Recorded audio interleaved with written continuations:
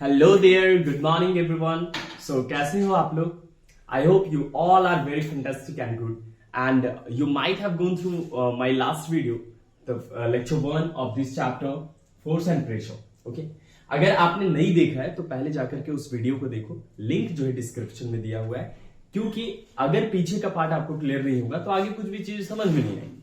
Last video में हमने क्या करा है? लास्ट वीडियो में हमने फोर्स के बारे में डिटेल में स्टडी करा था और उसके एसआई यूनिट्स, उसके मेजरिंग डिवाइसेस का नाम हमने पढ़ा था। ठीक है, तो उसके साथ आज हम लोग उसके आगे जब प्रोसीड करते हैं बच्चों, तो उसके आगे हमारा क्या है? एक्शन और रिएक्शन है ना। तो what we are going to study in the next part of this chapter, in action and reaction part, we are going to study about the okay, if a body applies a force on another body, the latter exerted the same amount of force on the former. Okay, कहने का मतलब है letter और farmer क्या है, पहले ये समझो। जैसे आप, ठीक है, आप किसी वॉल पे फोर्स अप्लाई कर रहे हो, जैसे आपने फोर्स अप्लाई किया, वो वॉल भी आपको उतना ही अमाउंट में फोर्स अप्लाई किया। आपने 5 न्यूटन अप्लाई किया, वॉल भी आपको 5 न्यूटन अप्लाई कर रहा है। तो लैटर यहाँ पे आप हो, आपने 5 न्यूटन अप्लाई किया, फॉर्मर वो है, फिर से वो भी आपको 5 न्यूटन का फोर्स अप्लाई करेगा। बेसिकली ये होता कैसे है? Even the wall is non living, वो भी आपको फोर्स कैसे लगा रहा है? तो this is based on the action and reaction. Every action have the equal and opposite reaction, और इसी एक्शन रिएक्शन की वजह से तो हम लोग चल पाते हैं। आप देखो, कभी ऑब्जर्व करना, अगर नहीं किए हो तो बच्चों, कि आप जब चलते हो तो आपके जो लेग है, लेग, ठीक है, वो पीछे की ओर फोर्स अप्लाई करता है, आप आगे की ओर मूव करते हो। You might have been observe during the boat. Okay, जो बोट में जो चप्पू होता है वो पीछे की ओर फोर्स अप्लाई करता है, तो वो आगे की ओर मूव करता है। You might have seen in the rocket propulsion also, rocket जो है नीचे की ओर प्रेशर अप्लाई करता है, फोर्स अप्लाई करता है, तो ऊपर की ओर मूव करता है। यस और नो? बिल्कुल उसी तरीके से एक्शन एंड रिएक्शन में क्या हो रहा है? सारे ऑब्जेक्ट इक्वल और अपोजिट फोर्स अप्लाई करते हैं, equal and opposite force apply करते हैं। ठीक है, तो नेट फोर्स की बात करें, नेट इफेक्टिव फोर्स की बात करें हम लोग, तो वो कुछ इस तरीके से होता है। जैसे फॉर एग्जांपल आप यहां पे देखिए, है ना, कि एक लोड है, ठीक है, और उस लोड को 2 हॉर्सेस जो है पुल कर रहा है, खींच रहे हैं, है ना। एक हॉर्स जो है 60 न्यूटन का फोर्स लगाया, दूसरा हॉर्स भी 60 न्यूटन का फोर्स लगा रहा है। तो यहां सारा कुछ डिपेंड करेगा डायरेक्शन पे। अगर दोनों जो 60 न्यूटन का फोर्स लगा रहे हैं वो सेम डायरेक्शन पे है, दोनों इधर ही, तो ओवरऑल जो नेट फोर्स बोलेंगे, है ना, ओवरऑल जो नेट फोर्स होगा बच्चों, वो एडिटिव नेचर का होता है, वो ऐड हो जाएगा अगर सेम डायरेक्शन में है तो। ध्यान से समझना, जैसे ये भी 60 न्यूटन और ये भी 60 न्यूटन, मतलब फाइनली ओवरऑल अगर हम नेट फोर्स की बात करें तो कितना हो जाना है? 120 न्यूटन। Get it? ठीक है, लेकिन जस्ट ऑपोजिट आपके डायरेक्शन वाले केस में होता है कि अगर ऑपोजिट डायरेक्शन में फोर्सेस लग रहे हैं तो फोर्स जो है वहां पे कहीं ना कहीं सबट्रैक्ट हो जाएगा। अब किस पे सबट्रैक्ट होगा सर? तो always we are subtracting from the greater to the smaller, है ना। जैसे for example a man A, आप एक साइड 40 न्यूटन के फोर्स लगा रहे हो, आपके फ्रेंड दूसरे साइड 60 न्यूटन का फोर्स लगा रहे हैं, वो कह रहे हैं नहीं इस बुलक कार्ट को हम इधर ले जाएंगे, नहीं इस बुलक कार्ट को बुलक का कार्ट जो होता है ना, वो कार्ट है, सिर्फ यहाँ पे लोड है ना, बस लोड समझ लो, इस लोड को हम उधर ले जाएंगे। ठीक है, दोनों के बीच झगड़ा हो गया, काफी ज्यादा फाइट हो गया। ठीक है, तो उनका after all fight, disciplined student है, तो फाइट ना करने से अच्छा है कि एक काम करो, तुम अपना ले जाओ, ठीक है, हम अपना ले जाते हैं। अब देखते हैं कि कौन अपने जगह पे लेकर के जाएगा, उधर ही फिर इस कार्ट को रखेंगे। तो क्या हुआ, बेचारा ए जो है वो 40 न्यूटन का फोर्स लगाया है कि नहीं, और बेचारा बी जो है वो 60 न्यूटन का फोर्स लगाया। ये जो अच्छा खासा खाना पीना खा करके आया था, ज्यादा फोर्स अप्लाई किया, है ना। तो ओवरऑल ये कार्ट किधर मूव करेगा? तो देखो, जिधर ज्यादा फोर्स होगा ऑब्जेक्ट उधर ही के डायरेक्शन में मूव करना स्टार्ट करेगा। बट सर किस फोर्स से मूव करेगा? क्या 60 + 40 100 न्यूटन से मूव करेगा जैसा पिछले केस में हुआ था? बिल्कुल भी नहीं। मतलब यहां पे अगर नेट फोर्स की बात करें तो नेट फोर्स हो जाना है, जब ऑपोजिट डायरेक्शन में होता है तो एक सबट्रैक्ट हो जाएगा, that means the net force will be 20 Newton. तो ये कार्ट 20 न्यूटन के फोर्स से इस डायरेक्शन में मूव करने वाला है। ठीक है, आसान है, एडिटिव नेचर, है ना। जब भी ऑपोजिट डायरेक्शन में हो तो सबट्रैक्ट कर देना है, बहुत ही आसान सी बात है। तो ये जो नॉर्मल रिएक्शन फोर्स है और टेंशन फोर्स है वो क्या होता है? तो this force is equal in the magnitude and opposite in the direction of the weight of the object. ठीक है, नॉर्मल रिएक्शंस क्या होते हैं, देखो बड़ा आसान से भाषा में समझो इसको। ठीक है, जैसे कोई एक ऑब्जेक्ट है ना, उसका कुछ ना कुछ मास होगा obviously 1 kg 2 kg 3 kg 4 kg कुछ भी मास हो सकता है, और ग्रेविटी उसको सारी चीजों को, इवन हमको आपको इस आपके सामने जो हाथ में फोन है या फिर लैपटॉप है या फिर स्क्रीन है, सारी चीजों को वो नीचे की ओर खींच रहा है एक पर्टिकुलर एक्सेलरेशन से, जिसको हम लोग बोलते हैं एक्सेलरेशन ड्यू टू ग्रेविटी। ठीक है, जो अर्थ पे अप्रॉक्स वैल्यू हम लोग लेते हैं 9.8 metre per second square, last class में हमने डिस्कस भी करा था इसको। ठीक है, तो ये जो ग्रेविटी है वो भी नीचे पुल कर रहा है इस मास को, तो ओवरऑल इसका जो वेट हो जाएगा बच्चों वो कितना हो जाएगा, m इंटू जी। m इंटू जी कहने का मतलब है कि अगर हमारा मास 10 kg का है, ठीक है, मास कितने का है 10 kg का, और acceleration due to gravity 9.8 metre per second square का है कि नहीं, तो ओवरऑल वेट कितना हो जाना है, तो weight will be equals to your 98 newton. ठीक है, वेट का ऐसा यूनिट क्या होता है, न्यूटन होता है। फोर्स ही पढ़ रहे हैं, फोर्स का भी ऐसा यूनिट क्या होता है, न्यूटन। तो ओवरऑल इस ऑब्जेक्ट को 98 न्यूटन से नीचे की ओर पुश किया जा रहा है। ठीक है, नीचे की ओर खींचा चला जा रहा है, पुल किया जा रहा है। ओके, तो इसको बैलेंस करने के लिए जो फोर्स ऊपर से परपेंडिकुलरली इसको ऊपर की ओर, मतलब जब नीचे फोर्स लग रहा है तो इक्वल एंड अपोजिट फोर्स ऊपर भी लगेगा, है कि नहीं, तो वो जो force equal and opposite force इस फोर्स को बैलेंस करने के लिए लगता है, उसे ही हम लोग बोलते हैं नॉर्मल रिएक्शन। क्या बोलते हैं बच्चों, normal reaction.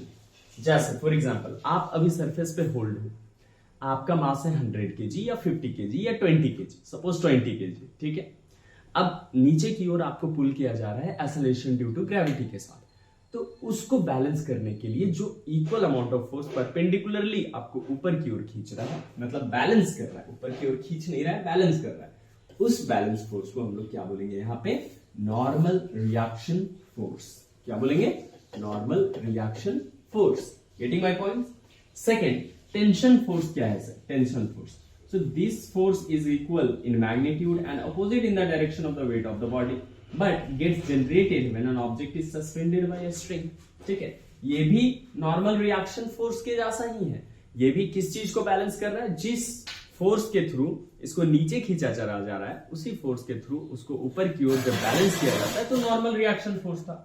But tension force भी वही है, लेकिन इसमें सिर्फ एकमात्र कंडीशन ये है कि इस ऑब्जेक्ट को किसी सरफेस में ना रख करके किसी वॉल पे, है ना, वॉल पे स्ट्रिंग से लटका दिया जाए। स्ट्रिंग मतलब धागे से लटका दिया जाए, तो धागे से जब लटकाएंगे तो इसको 98 न्यूटन का फोर्स नीचे की ओर खींचेगा। ठीक है, 9.8 इसका एक्सेलरेशन ड्यू टू ग्रेविटी और 10 kg इसका मास। तो इस स्ट्रिंग में जो फोर्स लग रहा है, जिसकी वजह से वो उसे ऊपर की ओर खींचा हुआ है, मतलब स्ट्रिंग टूट नहीं रहा है, धागा टूट नहीं रहा है, वो कहलाएगा tension force. Means here the tension has been produced on the string, है कि नहीं, स्ट्रिंग में वो टेंशन प्रोड्यूस हुआ। अभी ये टेढ़ा दिख रहा है, जैसे लोड इसमें लटकाएंगे एकदम सीधा हो जाएगा।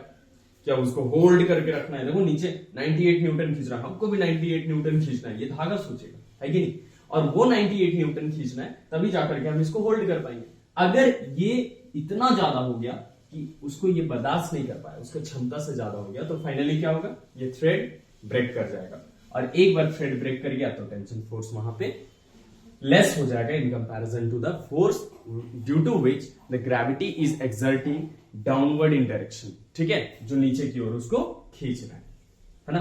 तो फोर्स ना बच्चों, फोर्स जो है बहुत अलग अलग तरह के काम करते हैं। ठीक है, अब कुछ बातें हम लोग भी समझ लेते हैं यहां से कि क्या क्या काम करता है एग्जैक्टली फोर्स। तो फोर्स का इफेक्ट क्या क्या है ना। Force can change the direction of an object, है कि नहीं। अगर आप फुटबॉल खेल रहे हो, है ना, आपको जो है पास मिला कहीं से, आपसे थोड़ा सा स्लाइड डायरेक्शन दे दिए, फुटबॉल उसी डायरेक्शन में मूव कर गया। क्लियर। फोर्स जो है मूविंग ऑब्जेक्ट को भी स्टॉप कर देता है। आप बाइक चला रहे हो, आप कार चला रहे हो, आप जो है साइकिल चला रहे हो, है कि नहीं, आपको कहीं किसी पर्टिकुलर प्लेस में रुकना है तो आप ब्रेक अप्लाई करते हो। ब्रेक एग्जैक्टली विदाउट फोर्स तो अप्लाई कर नहीं सकते, या तो लेग से ब्रेक अप्लाई करोगे, हाथ से ब्रेक अप्लाई करोगे। आपने फोर्स लगाया, फोर्स लगाने के बाद वो ऑब्जेक्ट रुक गया, मतलब it can stop a moving object also, है कि नहीं।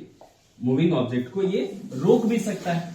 Next, changing the shape and size of an object. घर में रोटी बनाए हो, ठीक है, ओके। हाँ, बहुत सारे बच्चे कमेंट में बोल रहे हैं यस सर, बिल्कुल।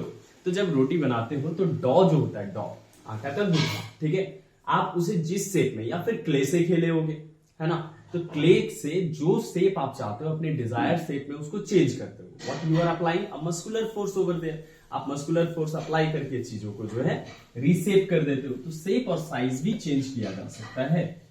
Making stationary object move. अब यहाँ स्टेशनरी ऑब्जेक्ट का मतलब आपकी किताब कॉपी वाले स्टेशनरी नहीं, स्टेशनरी मीन्स रेस्ट। यहाँ पे स्टेशनरी का मतलब क्या हो गया बच्चों, stationary means, just a minute,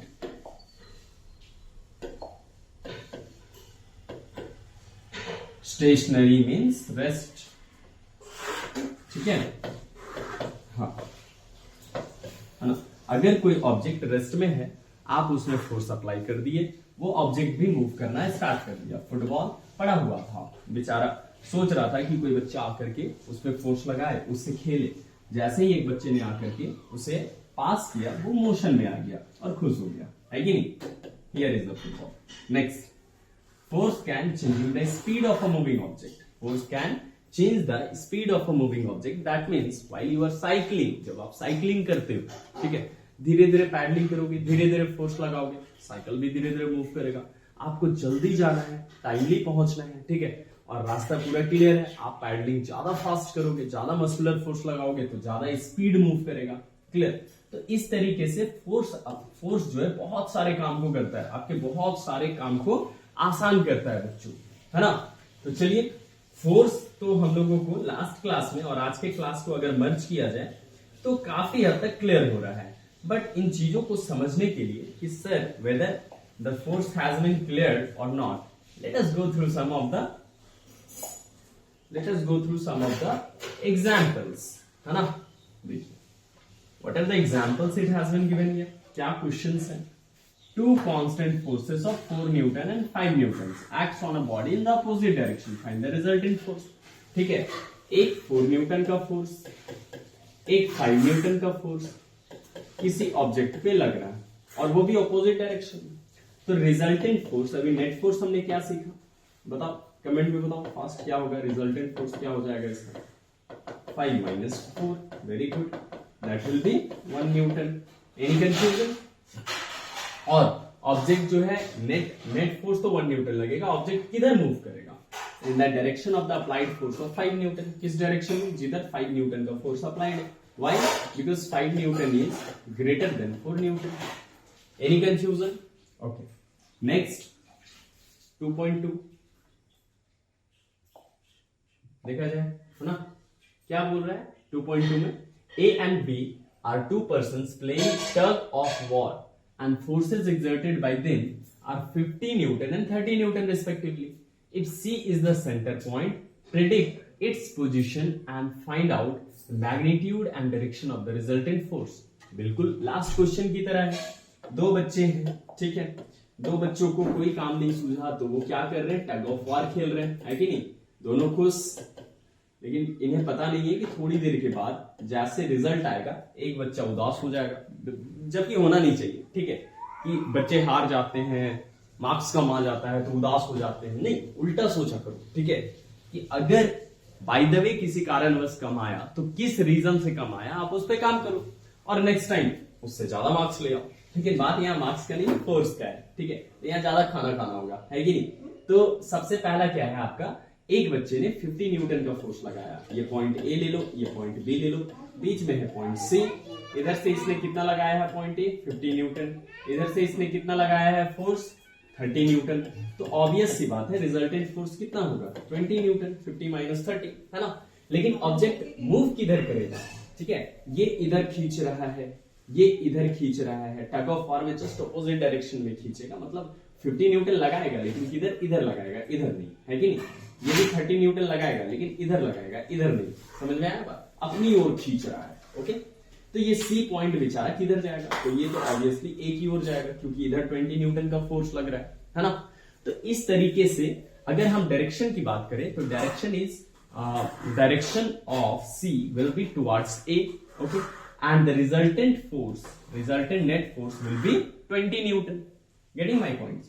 तो एग्जांपल 2.1 और 2.2 both are almost same. Okay, चलिए 2.3 देखा जाए। एक लंबा चौड़ा स्टेटमेंट क्या है आखिर?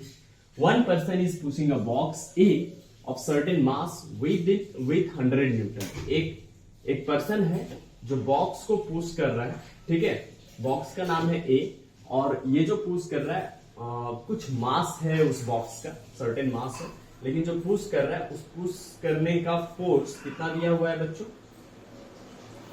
पुश करने का फोर्स दिया हुआ है 100 newton. Okay, another box B of the same mass is pushed by the off in the same direction by the two persons, ठीक है। और एक बॉक्स बी है, इसका और इसका मास सेम है, इसका मास m1 और इसका भी मास m1, गेटिंग m1। ओके, लेकिन इसे दो लोगों के द्वारा पुश किया जा रहा है, आप और आपका फ्रेंड, है ना। तो यहां ये बताया जा रहा है same mass pushed in the same direction, okay, by other to persons each of whom is exerting 35 Newton. एक यहाँ 35 न्यूटन लगा रहा है, ये भी 35 न्यूटन लगा रहा है, ठीक है। Now, the force exerted on box A is just sufficient to make it move. जितना फोर्स लग रहा है बॉक्स ए में वो सफिशियंट है कि इस बॉक्स को हिला दे, मतलब उसको मूव कर दे, उसके स्टैटिक फ्रिक्शन को खत्म करके उसको स्लाइडिंग फ्रिक्शन में ले आए, मतलब ऑब्जेक्ट ए में 100 न्यूटन फोर्स लगाएंगे तो वो मूव कर जाए, ठीक है। Now okay, Will the box be moved? Give reason in support of your answer. क्या आपको लगता है कि यहाँ एक व्यक्ति हिला दे रहा था ऑब्जेक्ट ए को, उसका मास मान लो थोड़ी देर के लिए 50 kg था, सेम था, इसका भी मान लो 50 kg है, सेम m1 m1 दोनों सेम, ठीक है। क्या आपको लगता है यहाँ दो व्यक्ति मिला करके इस 50 kg को हिला सकता है इस ऑब्जेक्ट के मास को? माइंड में आ रहा होगा सर हम तो रहते तो अकेले ही मूव कर देते। नहीं, यहाँ पे देखो कंडीशन दे रखा है कि एक ऑब्जेक्ट, ठीक है, एक व्यक्ति यहाँ 35 न्यूटन और यहाँ पे दूसरा व्यक्ति भी 35 ही न्यूटन लगा रहा है, उससे ज्यादा फोर्स नहीं अप्लाई कर रहा है, तो ओवरऑल फोर्स कितना हो गया दोनों मिलाकर के? 70 न्यूटन। और मूव कराने की क्षमता कितना का है? 100 न्यूटन का। क्या मूव करा पाएगा? Tell me your answer in comment. No, so it can not be move. Why? Because the capacity to move this mass is 100 newton, but here we have got only 70 newton by two persons. दोनों person lazy, बहुत lazy है कि नहीं? थोड़ा सा मेहनत करना चाहिए था और फोर्स लगाना चाहिए था, ठीक है। तो इसी के साथ हमारा फोर्स का जो पार्ट है वो फिनिश होता है बच्चों, है ना। अब हम लोग समझेंगे फ्रिक्शन। फ्रिक्शन क्या होता है? तो बोला जाता है फोर्स और फ्रिक्शन दोनों ना एक दूसरे से इंटरलिंक्ड है, एक दूसरे से कनेक्टेड है। कैसे? देखो, फ्रिक्शन एक्चुअली डिफाइन कैसे किया जाता है? The force which is exerted the motion of an object, और you can say the force which opposes the motion of an object. समझना, the force which opposes the motion of an object, उसे ही तो friction बोलते हैं। जैसे for example, ठीक है, अभी ये ऑब्जेक्ट था, मैं इसको लगा रहा था 50 न्यूटन का फोर्स, ये नहीं मूव कर पा रहा था। क्यों? क्योंकि इस पे ऑपोजिट डायरेक्शन में, इसे मूव उधर करना था, लेकिन इस डायरेक्शन में फ्रिक्शन लग रहा था। अगर हम इसको 50 न्यूटन की जगह पे, ठीक है, हम सीधा 100 न्यूटन लगा देते हैं, है कि नहीं, तब ये ऑब्जेक्ट मूव करना स्टार्ट कर जाता है। क्यों? क्योंकि उसका फ्रिक्शनल फोर्स से ज्यादा फोर्स हम अप्लाई कर देंगे।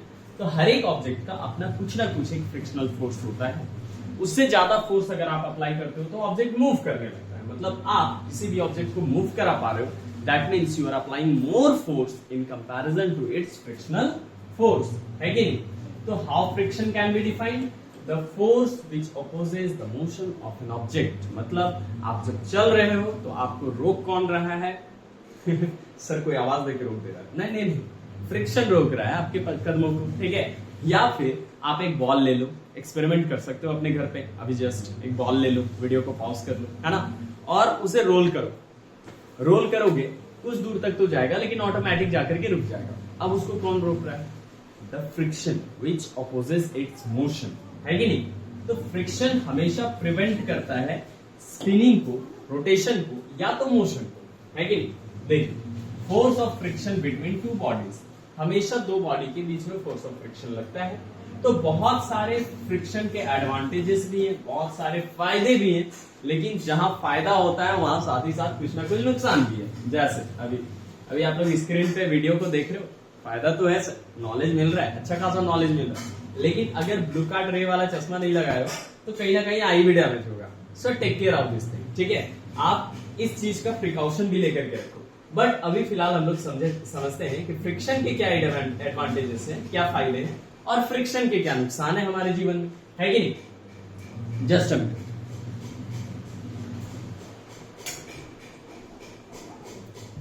ओके, तो देखा जाए बच्चों एडवांटेजेस क्या क्या है ना।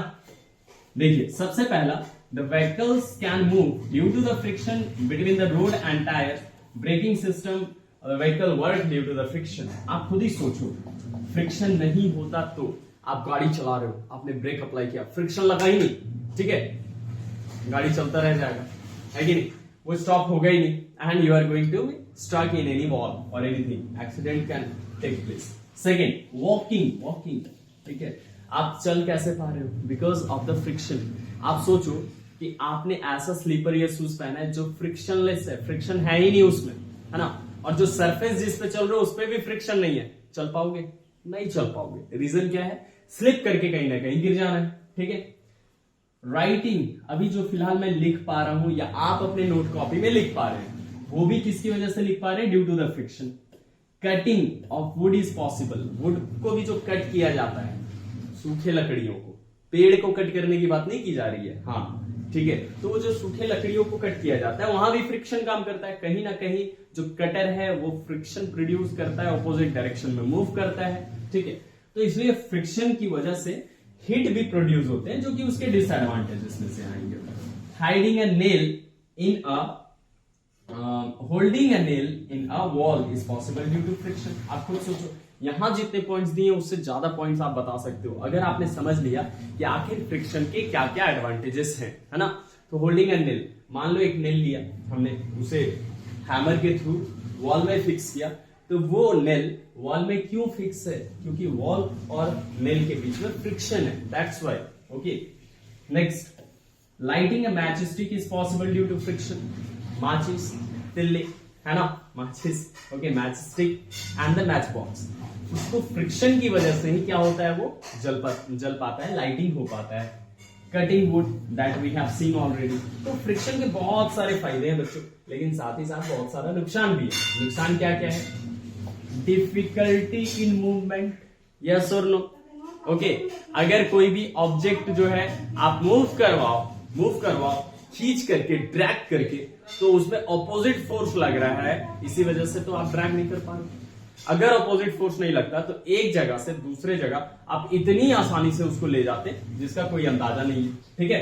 Second, loss of energy in the form of heat. Okay, while we are just any kind of the machines which are going to be work together, कोई भी मशीन, कोई भी दो मशीन आपस में वर्क कर रहा है, मान लो ये रोलर है, ये रोल हो रहा है, ये उस पे जो है टच है, तो इन दोनों के बीच due to friction lot of heat is going to be produce, और due to that heat what is going to be happen, ये मशीन्स कहीं ना कहीं डैमेज होंगे।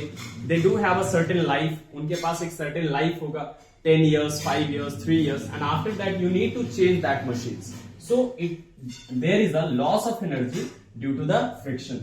Third, you can see waste of energy to overcome the friction.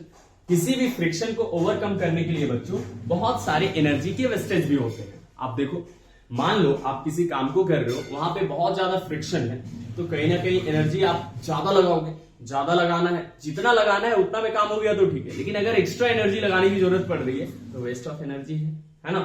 और moving parts of any device wear and tier rapidly, आप खुद ही सोचो ना, शूज स्लीपर क्यों चेंज करते हैं, क्या वो ओल्ड हो जाता है इसलिए? नहीं, मेनली उसके जो नीचे का पार्ट है, नीचे का हिस्सा है, सोल है, वो उसके ग्रुप्स खत्म हो जाते हैं, घिस जाते हैं, एकदम प्लेन हो जाता है, स्मूथ हो जाता है, फ्रिक्शन लेस हो जाता है, ठीक है। या फिर जो टायर्स होते हैं हमारे व्हीकल्स के, आपके साइकिल्स के, ठीक है, उन टायर्स को हम लोग चेंज क्यों करते हैं? क्योंकि उसके भी ग्रुप्स खत्म हो जा रहे हैं, किसकी वजह से? Due to the wear and tear, okay, due to the friction which opposes the motion of that object. So you can say friction having the profit but as well as okay loss also. तो आपको advantages friction के, disadvantages अच्छे से clear कर लेने हैं। Higher classes में फिर से पढ़ने होंगे बच्चों। और ये जो फ्रिक्शन है ना बच्चों, वो सिर्फ और सिर्फ जो है सॉलिड में नहीं लगता है, वो लिक्विड में भी लगता है, गैसेस में भी लगता है। इसलिए अभी हम लोग टाइप्स ऑफ फ्रिक्शन समझेंगे, है ना। तो मेनली 3 तरह के फ्रिक्शन होते हैं, स्टैटिक, रोलिंग और स्लाइडिंग। बड़ा आसान है, ठीक है, बहुत ही ज्यादा आसान है। रीजन समझना, मैं आपको बताता हूं। आप एज्यूम करो खुद को, यहाँ पे एक ऑब्जेक्ट है, मैंने बोला बच्चों इस ऑब्जेक्ट को पॉइंट ए से ले जाकर के पॉइंट बी तक पहुंचाना है, पॉइंट बी तक उसको पहुंचाना है, ठीक है। किसी बच्चे ने 50 न्यूटन का फोर्स लगाया, किसी बच्चे ने 100 न्यूटन का फोर्स लगाया, किसी बच्चे ने 200 न्यूटन का फोर्स लगाया, तो किसी बच्चे ने 150 न्यूटन का फोर्स लगाया। अब पता चला कि 50 और 100 न्यूटन वाले फोर्स से ये ऑब्जेक्ट जो है हिला ही नहीं, ठीक है। लेकिन 150 जैसे लगा, ऑब्जेक्ट मूव किया, जस्ट मूव किया, और 200 लगने से तो ऑब्जेक्ट एकदम सीधा जाकर के अपने प्लेसमेंट डेस्टिनेशन में चला गया, है ना। तो जब हम लोग 50 या 100 न्यूटन लगाए, उस वक्त ऑब्जेक्ट नहीं मूव किया। What's the reason behind it? क्या रीजन है उसके पीछे? क्योंकि इस पे जितना अपोजिंग फोर्स लग रहा था उससे कम फोर्स हम लगा रहे थे। That means this was the type of static friction. This was the type of static friction, जहां पे ऑब्जेक्ट टेंड्स टू मूव करेगा, मतलब मूव करना चाहेगा, लेकिन due to the not overcoming the force which is opposing this one, तो जिसकी वजह से वो मूव नहीं कर पाएगा, ठीक है। सेकेंड, 150 और 200 में देखो ऑब्जेक्ट किस चीज में आ गया? मोशन में आ गया। तो मोशन में आने की वजह से हम उसको बोल सकते हैं कि object is in sliding friction, मतलब उसके ऊपर स्लाइड कर रहा है ना। मतलब एक ऑब्जेक्ट के ऊपर दूसरा ऑब्जेक्ट मूव कर रहा है।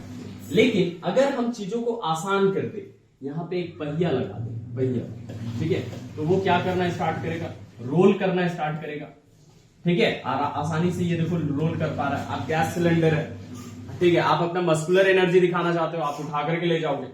आप एक स्मार्ट वर्क करना चाहते हो, आप ऐसे ऐसे रख दोगे सीधा, आराम से धक्का मार करके ले जाओगे। क्यों? क्योंकि वहां पे फ्रिक्शन बहुत कम। जितना कम कॉन्टैक्ट सरफेस से उतना कम फ्रिक्शन, जितना ज्यादा कॉन्टैक्ट सरफेस से उतना ज्यादा friction. So you must have to try these things. So these all are the types of friction: static, rolling and sliding. अब इन तीनों में सबसे ज्यादा फ्रिक्शन किसका होता है सर? तो सबसे ज्यादा फ्रिक्शन होता है स्टैटिक का, और उसके बाद होता है स्लाइडिंग का, और सबसे कम फ्रिक्शन लगता है रोलिंग में, ठीक है। तो ये पॉइंट को याद रखोगे, क्योंकि ऑब्जेक्टिव्स में कभी कभी इस पॉइंट को आपसे पूछा जाता है कि सबसे हाईएस्ट फोर्स ऑफ फ्रिक्शन किसका होगा? स्टैटिक का, then sliding and then rolling friction. Okay, यहां पे आप देखोगे, है ना, स्टैटिक और स्लाइडिंग फ्रिक्शन के कुछ इफेक्ट दिखाए गए हैं, जिससे आप और भी आसानी से चीजों को एनालाइज कर पाओगे बच्चों। फॉर एग्जाम्पल, ठीक है, स्टैटिक फ्रिक्शन किससे? स्मूथ ऑफ द सरफेस पे डिपेंड कर रहा है, ठीक है, वेट ऑफ द ऑब्जेक्ट पे डिपेंड कर रहा है। वेट अगर बहुत ज्यादा है तो स्टैटिक फ्रिक्शन ज्यादा लगेगा, ज्यादा फ्रिक्शन होगा। अगर वेट कम है, यहाँ देखो 50 केजी का ही वेट है, और यहाँ पे कितने का वेट है? 100 केजी का वेट है। तो ज्यादा वेट या फिर ज्यादा मास, वेट ना बोल करके मास बोलेंगे यहाँ पे, ठीक है, ज्यादा मास तो ज्यादा फ्रिक्शन, आपको भी फोर्स ज्यादा लगाना होगा। कम मास कम फ्रिक्शन, आपको कम फोर्स लगाना पड़ेगा, ठीक है। तो इस पे भी डिपेंड करता है, मास पे भी डिपेंड करता है, ओवरऑल वेट पे डिपेंड करता है, क्योंकि मास और वेट डायरेक्टली प्रोपोर्शनल है। स्मूथनेस ऑफ द सरफेस देखो, ठीक है, smoothness of the surface, object को पुली से नीचे ले जाया जा रहा है, ठीक है। एक ग्लास सरफेस है यहाँ पे, और ये एक रफ सरफेस है, पुली लगा हुआ है लेकिन ये सरफेस थोड़ा सा रफ वाले में फ्रिक्शन ज्यादा होगा, और स्मूथ वाले में, ग्लास प्लेट में फ्रिक्शन कम होगा, ठीक है। Same surface area, area of contact. अभी आपको रेक्टेंगुलर बॉक्स मिल गया एक जगह से दूसरे जगह ले जाने के लिए। एक बच्चे उसको इतना फ्रिक्शन लग रहा है नीचे में, ठीक है, और एक बच्चे ने उसे लिटा दिया, ठीक है, और इतना फ्रिक्शन लग रहा है। अब बताओ, एक ज्यादा आसानी से मूव कर पाएगा या बी? फ्रिक्शन ज्यादा इसमें, बी में, तो फोर्स ज्यादा अप्लाई करना होगा, डिफिकल्टी टू मूव। फ्रिक्शन कम, फोर्स कम अप्लाई करना होगा, इजी टू मूव, है कि नहीं? तो सब डिपेंड करता है एरिया ऑफ कांटेक्ट पे, मास पे, और नेचर ऑफ सरफेस पे। तो फ्रिक्शन सबसे ज्यादा रफ सरफेस या smooth surface? Rough surface. Friction सबसे ज्यादा हाई मास ऑब्जेक्ट और less mass object? High mass object. Friction सबसे ज्यादा हाई कॉन्टैक्ट एरिया और लेस कॉन्टैक्ट एरिया, तो हाई कॉन्टैक्ट एरिया। क्लियर हो रही है बातें? चलो, I hope you have understood properly. Now what are the methods? हम लोग तो सीख लिए सर कि आखिर फ्रिक्शन जो है, फ्रिक्शन के एडवांटेजेस क्या है, डिसएडवांटेजेस क्या है, लेकिन अगर बाय द वे फ्रिक्शन ज्यादा है तो क्या मेथड्स यूज करेंगे जो फ्रिक्शन कम हो जाए, या फिर मान लो थोड़ी देर के लिए फ्रिक्शन ही कम है तो क्या मेथड यूज करेंगे जो फ्रिक्शन ज्यादा हो जाए। ठीक है, चलिए, तो मेथड्स टू रिड्यूस फ्रिक्शन में देखेंगे यूजिंग लुब्रिकेंट्स। लुब्रिकेंट्स बोलते हैं लाइक ऑयल हो गया, पाउडर हो गया, जिसको यूज करने से मशीन्स के बीच में फ्रिक्शन कम हो जाता है। ठीक है, दूसरा using ball bearings between two moving surfaces. Ball bearings, उससे क्या होता है, रोलिंग फ्रिक्शन हो जाता है, स्टैटिक फ्रिक्शन से रोलिंग, तो रोलिंग फ्रिक्शन कम है, फ्रिक्शन कम लगेगा, ऑब्जेक्ट में वियर एंड टियर कम होगा। बाय पॉलिशिंग द सरफेस, देखो पॉलिश करने से कैसे इजी हो जाता है, मान लो सरफेस अभी रफ था, हम पॉलिश करेंगे तो एक लेयर जो उस रफनेस को फिल कर देगा, तो वो स्मूथ हो गया। स्मूथ होने की वजह से क्या होगा, बड़ा आसानी से जो है ऑब्जेक्ट मूव कर सकता है, मतलब फ्रिक्शन रिड्यूस हो गया, है ना। By sprinkling a soft slippery fine powder on the surface. Carrom board खेले होगे आप लोग, कैरम बोर्ड, ठीक है, जब फंसता है ना कॉइन्स तो हम लोग क्या करते हैं, बोरिक एसिड डालते हैं। सर ये केमिस्ट्री ले आए बीच में, बोरिक एसिड मतलब वही पाउडर से, ठीक है, कुछ नहीं मिलता है तो घर का जो पाउडर होता है, टैल्क होता है, उसको हम लोग डाल देते हैं, है ना। तो उससे क्या होता है, ये सरफेस पूरी तरह से स्मूथ हो जाता है। आप स्ट्राइकर को थोड़ा सा फोर्स लगाओगे, 2-3 बार स्ट्राइक कर जाएगा, क्लियर, बोर्ड पे। तो इससे भी क्या हो रहा है, कहीं ना कहीं चीजें जो है आसान हो रही है ना। यूज ऑफ व्हील और rollers since they reduce the surface of contact. आप ऑब्जेक्ट को ऐसे खींच करके ले जाओगे, ज्यादा फोर्स लगाना होगा क्योंकि कॉन्टैक्ट ज्यादा है, आप उस पर रोलर लगा दो। Refrigerator is the best example, नीचे रोलर लगा दीजिए।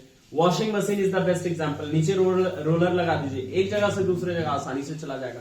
अगर आपके घर में बड़े सा टेबल है, उठाने के लिए बार बार मदद की आवश्यकता पड़ती है, कभी भाई को बुलाते हो, पापा को बुलाते हो, बगल वाले भैया को बुलाते हो, सबसे बेटर ऑप्शन एक बार बुला करके उसके नीचे रोलर लगवा दो, उसके बाद किसी को बुलाने की आवश्यकता नहीं है, जब भी जरूरत पड़े आप खिसका लोगे खुद से।